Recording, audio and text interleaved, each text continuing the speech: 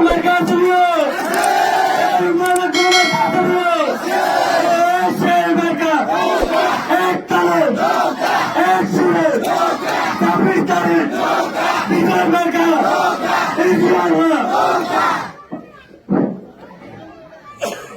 নম্বর আজিদপুর পত্রিকা আয়োজিত অফিস উদ্বোধনী অনুষ্ঠানে শ্রদ্ধাপূর্ণ সভাপতি আমার শহীদ ভাই মঞ্চ ভূমিষ্ঠ আছেন জেলা ছাত্রলীগের সাবেক সহসভাপতি নূর হোসেন, ২ নং পরিষেবা ওয়ার্ডের সংগ্রামী সাধারণ সম্পাদক জনাব আলমগীর ভাই, আমার স্ত্রীর ছোট ভাই মুক্তিযোদ্ধা মঞ্চের সভাপতি জুয়েল, জেলা ছাত্রলীগের সহসভাপতি আমার একেবারে স্টেট রিঙ্কু সরকারের এই ওয়ার্ডের মেম্বার পদপ্রার্থী নুরুল্লাহ, আমার বাবার বয়সী আমার মুরব্বীরা, আমার সমবয়সী ভাইরা, স্টেট ছোট ভাইরা, আসসালামু আলাইকুম রহমতুল্লাহ বারাকাতুহু।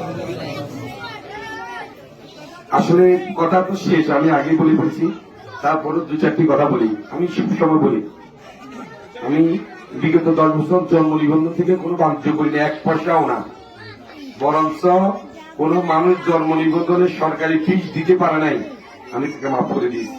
সেটা আমার পকেট থেকে সরকারি কোষাগারে আমি জমা দিয়েছি। অনেক অসহায় মানুষ আছে যারা 100 টাকা দিতে পারে নাই, ওদেরকে আমি বলছি যে তোমার লাগবে না, সচিবকে বলে দিচ্ছি যে লোক জন্ম নিবন্ধনের টাকা দিতে পারবে না, একটা মাফ। তো এটা আমি অনেক সময় 2-4-5 টাকা এরকম হলে আমি আমার পকেট থেকে দিয়ে দিচ্ছি। গত 10 বছর চেয়ারম্যান সার্টিফিকেট দিয়ে আমরা কোথাও দিয়ে নিছি নাকি? নিছিনি? চেয়ারম্যান সার্টিফিকেটের লাই যাই পরিষদে যাই হিরিয়ে আইছেন নাকি? আমি এগুলো অতিরিক্ত মনে সব 50-60টা একসাথে সই করে দিই। শুধু মুরালামকে বলি, কাকা কোন রোহিঙ্গা যেন আমাদের এখান থেকে সার্টিফিকেট না নিতে পারে। আমি আমার মানুষগুলো কষ্ট পাবে, আমার কাছ থেকে সিগনেচার নিতে হয়তো বা 2 ঘন্টা 5 ঘন্টা বা একদিন অপেক্ষা করতে হবে। এটার জন্য আমি আপনার কাছে অতিরিক্ত আগেই সই করে দিচ্ছি। আমার অনুরোধ, আমি যেন বিপদে না পড়ি, কোন রোহিঙ্গা মানুষ যেন এই চেয়ারম্যান সার্টিফিকেট নিতে না পারে। এটা আপনার কাছে আমার অনুরোধ। যাদেরকে আপনি চিনবেন না ওদেরকে বলবেন যে তোমার আইডি কার্ড নিয়ে আসো, না হলে তোমার বাবার না হলে তোমার মায়ের আইডি কার্ড নিয়ে আসো, তারপর চেয়ারম্যান সার্টিফিকেটটা দিবেন।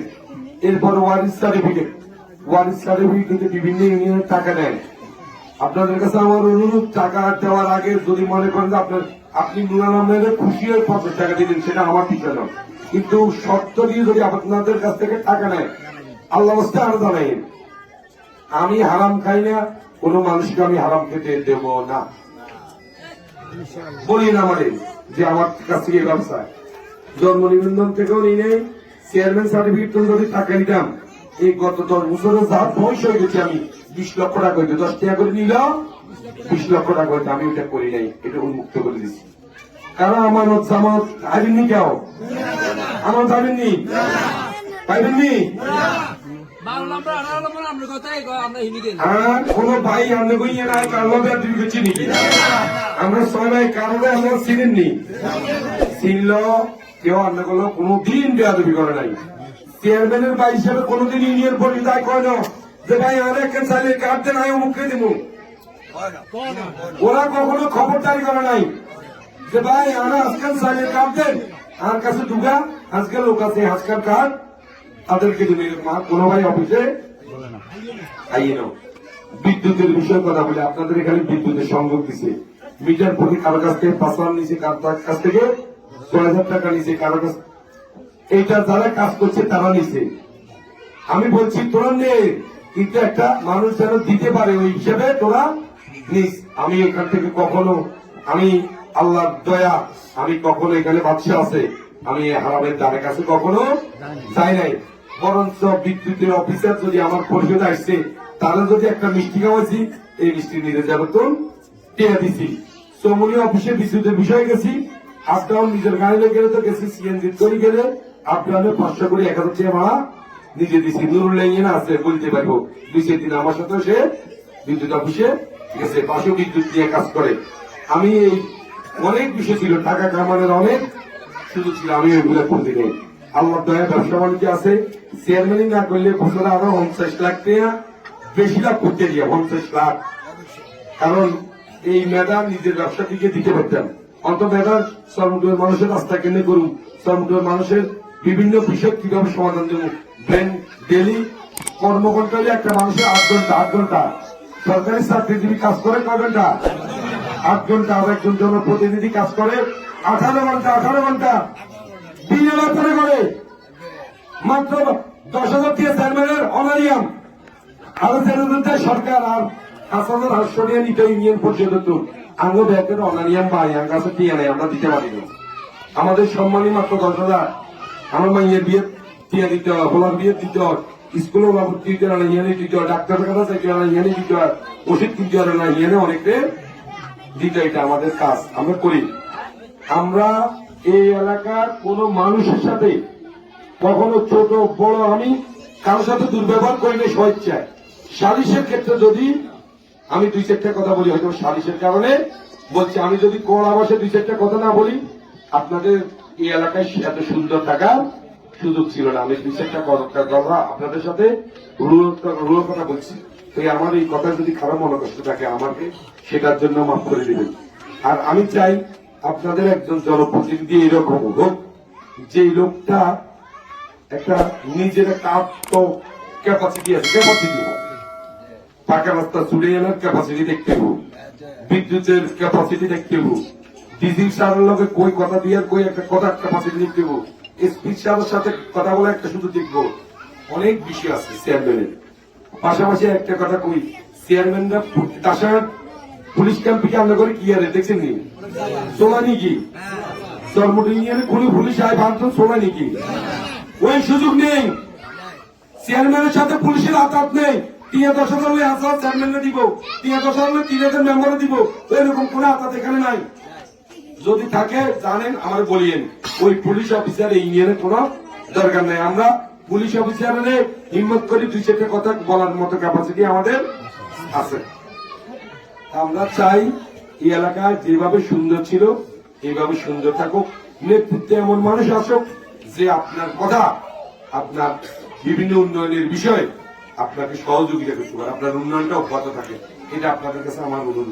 আমরা 7 জন প্রার্থী, 7 জন আমরা এই এলাকার সন্তান।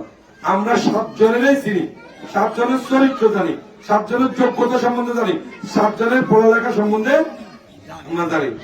আমরা যতজন নমিনেশন দাখিল করছি মামুন গোবার গান্ধীর মামুন আর আমি অত মুছি একখানা সামান্য ব্যাগের তো একটু বেশি অরণ্য আর আমরা ব্যাগ নিচে যাকে এটা হয়তো তাদের কপালে দুজনে খারাপ করতে পারে না। আমরা পড়ালেখা একটু করেছি, যার জন্য অফিস আদালত যেখানে যাই 2-4 জন অফিসারদের সাথে কথা বলার মতো আমাদেরকে আমরা যোগ্যতা দিচ্ছি, চেষ্টা করি। জুয়েল বলছে আসলে আমি ইউনিয়নের সম্মান পূর্ণ করিনি, বিশ্বাস করেন পার্শ্ববর্তী ইউনিয়নে চাইলে বাবু চেয়ারম্যানের বদনামি করার মতো কোন সুযোগ নাই, করি নাই। আমি শুনেন এখানে আমাদের একটা কালা সিমেন্টে কালা আছে, কালা আর যদি কালারে মুড়ের ভিতরে আরেকটা কালা আমরা ব্যাগের পিছনের আঘাত করতো জ্বালাইতো যেটা এখানে এনে একটু গেড়ি মোড়া হয়ে এটার আমরা দমনের চেষ্টা করছি। আজ যদি এনে ঠিক মতো দমন না করতাম আমাদের নিম্ন ওয়ার্ড থেকে আসি আমাকে এনে খবরদারি করতে, আমরা খবরদারি করতে দেয়নি। আমরা শান্তিতে ছিলাম, শান্তিতে আছি, আগামী দিনে আমরা শান্তিতে থাকতে চাই। কারো প্ররোচনায় কোনোভাবে ভোট দেওয়া যাবে না। অনেকে কয় আই এমনি করে দিব,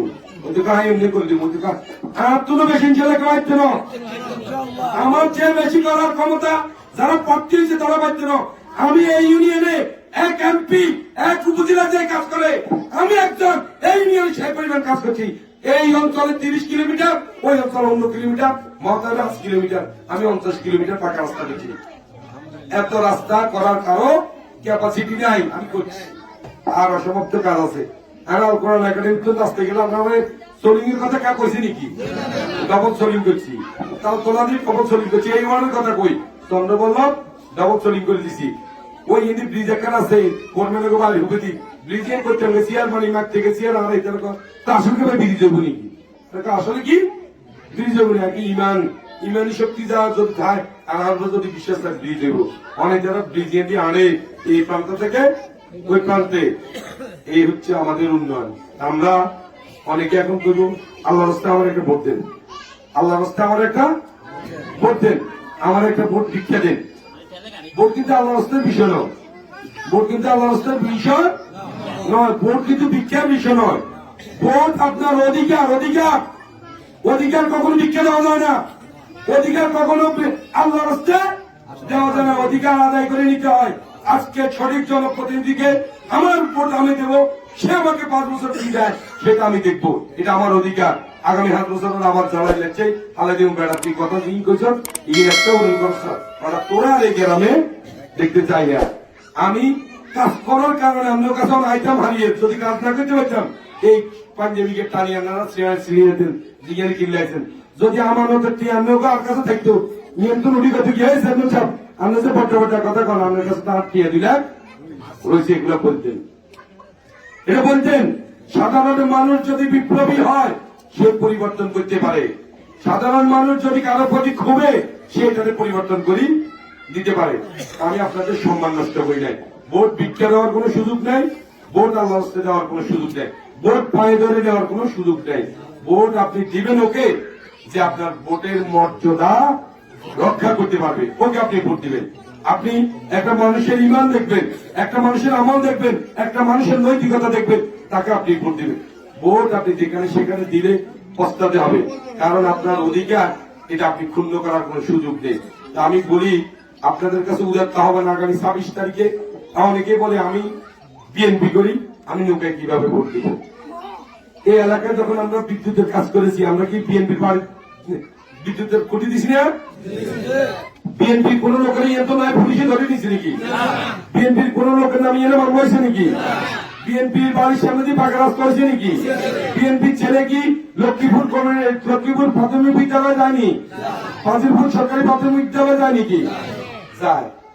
এখন সরকারে ক্ষমতায় বঙ্গবন্ধু কন্যা আমাদের সকলের প্রিয় নেত্রী শেখ হাসিনা, শেখ হাসিনার সরকার প্রতিনিধি যিনি এখানে থাকবেন তৃণমূলের, সে যদি শেখ হাসিনার প্রতিনিধি না হয় আপনার উন্নয়ন হবে না।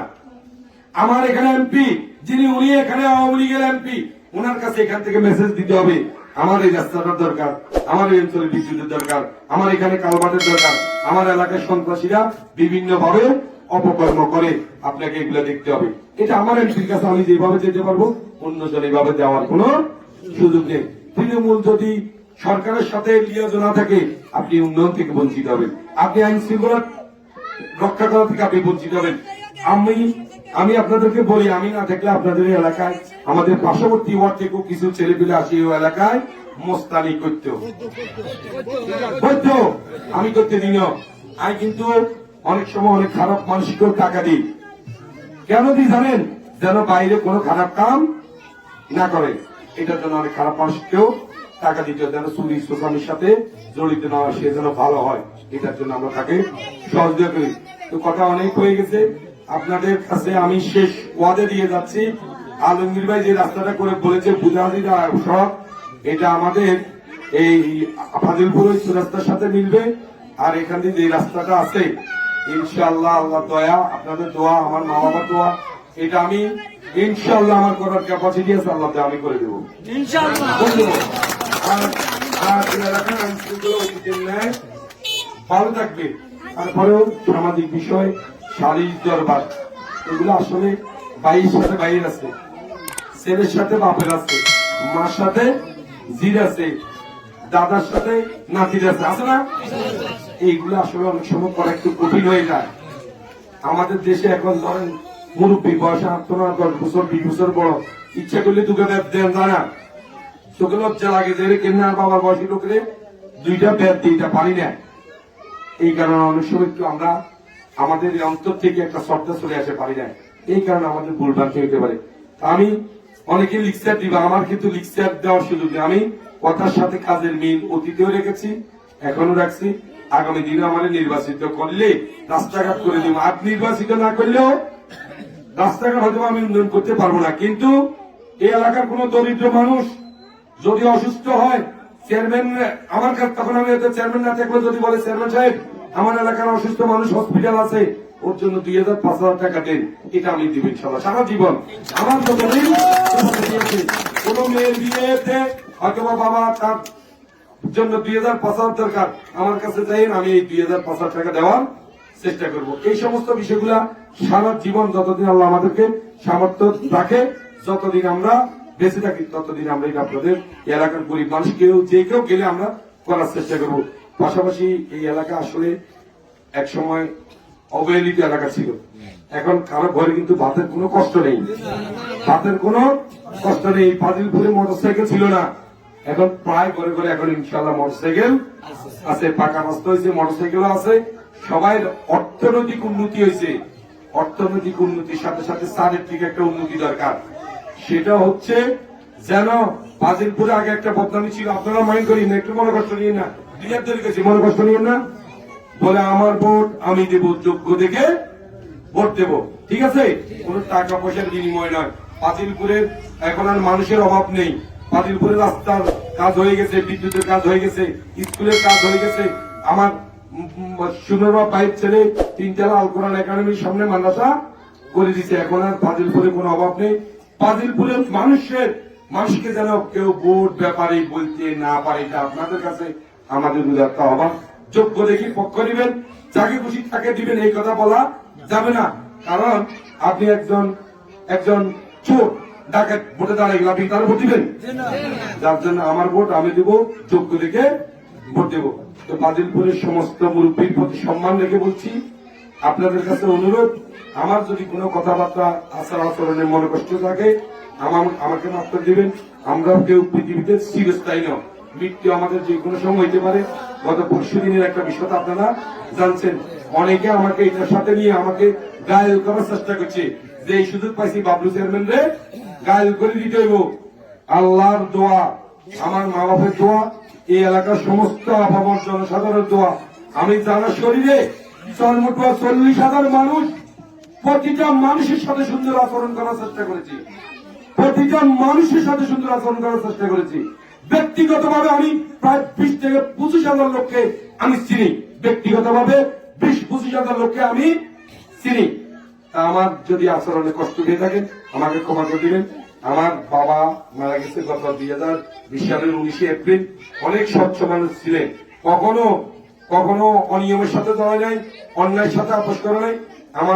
আমার মৃত বাবার জন্য আপনারা দোয়া করবেন। এমনকি এলাকায় যত মুরব্বী, আমার সমবয়সী ভাই, আমার মা বোন, যে সমস্ত শিশু সন্তানেরা এলাকায় মৃত্যুবরণ করেছে, কবরে আছে, আল্লাহ যেন সমস্ত মানুষগুলাকে জান্নাত নসিব করে, এই প্রত্যাশা রেখে আপনাদের এই রাত্রে এত মানুষের আয়োজন, সত্যি আমি অভিভূত। আমার কাছে এখন তৃপ্তি লাগে, যাই এলাকায় কাম করছি মানুষ এলাকা ডাকে সারাদিন চলে যাবে, আমার কাছে তৃপ্তি লাগে, তৃপ্তি।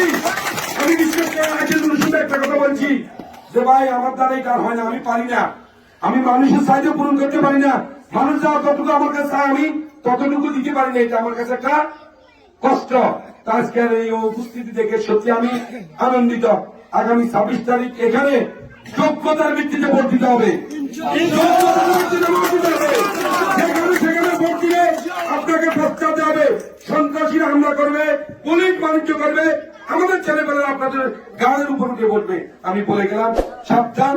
আমরা ইনশাল্লাহ 26 তারিখে নৌকা প্রতীকে দলমত নির্বিশেষে বিপুল ভোটের ব্যবধানে এই কেন্দ্রে জিতব, এই প্রত্যাশা রেখে সবাইকে আসসালামু আলাইকুম ওয়া রাহমাতুল্লাহি ওয়া বারাকাতুহু।